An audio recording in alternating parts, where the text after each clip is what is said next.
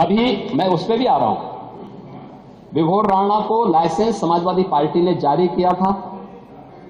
आलोक सिपाही है पक्का सफाई, ये भी तय कहे। अखिलेश यादव के साथ उसके फोटो हैं कि नहीं है कि नहीं है? हमने बर्खास्त किया है।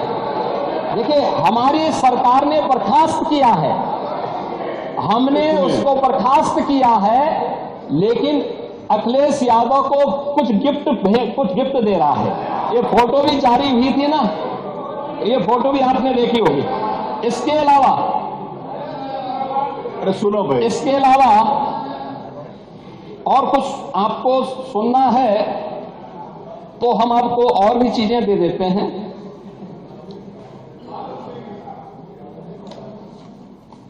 मान्यवर, ये प्रदेश के अंदर, देश के अंदर जो भी कार्रवाई हुई है, उत्तर प्रदेश पहला राज्य है जिसने इस इल्लीगल डाइवर्जन